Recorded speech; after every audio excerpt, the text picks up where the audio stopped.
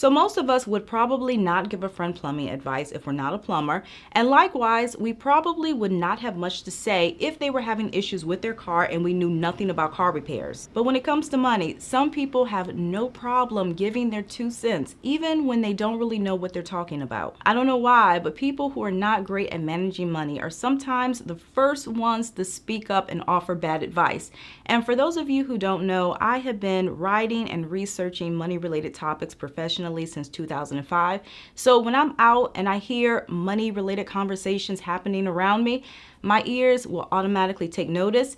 And let me tell you, over the years, I've heard some pretty iffy stuff. But the good news is that there are plenty of things that we can do to protect ourselves from advice that comes from the wrong people. So the first thing you have to do is consider the source. If you don't know much about a financial topic, there could be a tendency to believe any and everything you hear. Some people have the gift of gab, so they might speak confidently and be very convincing with their words. So as you're listening, you might think this person knows what they're talking about. However, it's so important that you look past all of that and really consider whether the person is qualified to speak on the subject.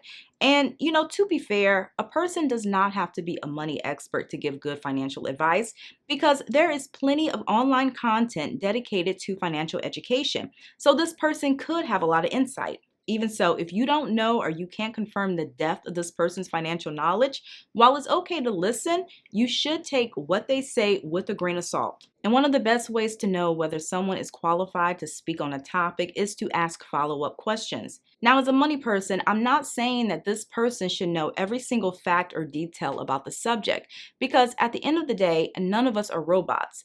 Plus, things do change, so we're constantly learning and researching ourselves. Even so, asking questions is a great way to draw them out and get them talking about the subject, which can help you gauge where their head is. Because if you ask a very basic follow-up question, and the person can't provide any additional information or context beyond their initial statement, there's a good chance that they're simply just repeating what they've heard someone else say, and they don't really have anything to back it up.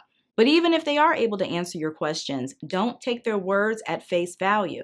A little due diligence goes a long way because we are ultimately responsible for our own finances. If we accept bad advice and it doesn't work, we have to live with the consequences. So don't expect the other person to come to your rescue just because they steered you in the wrong direction. If anything, they'll probably deny giving the advice. And truthfully, it does not take long to fact check a statement.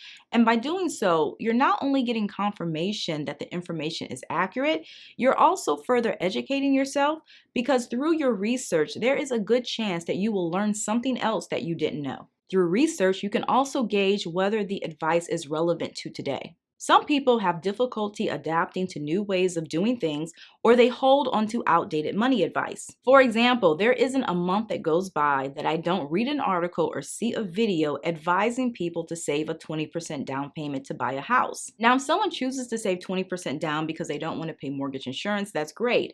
But that's not the point. The point is that advice teaches a rule or a guideline that isn't relevant today, and it hasn't been relevant for some time. Nowadays, you don't need 20% down to buy a house, and you can purchase with as little as 0 to 10% down depending on the mortgage program. So if you're ready to buy, but you have people in your ear telling you that you have to have a minimum 20%, you might delay the purchase longer than you need to. But on the other hand, by doing some very basic research, you will quickly learn that you can purchase with far less. Also consider whether it's realistic for you.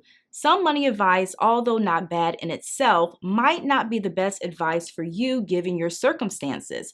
And if you apply this unrealistic advice to your life, you're basically setting yourself up to fail. And a great example of this is the 50-30-20 budgeting rule, which involves spending no more than 50% of your after-tax income on needs, 30% on wants, and 20% on savings and debt repayment. Now, personally, I love this budgeting plan because I think it's an excellent way to avoid overspending in certain categories.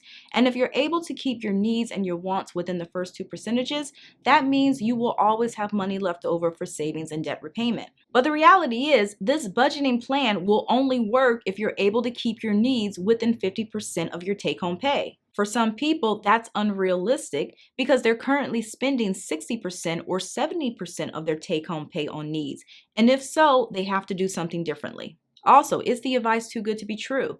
And this tip is really geared at the advice that promises to make you a lot of money in the shortest amount of time. And to be clear, I am all for non-traditional employment and I fully support thinking outside the box when it comes to earning money.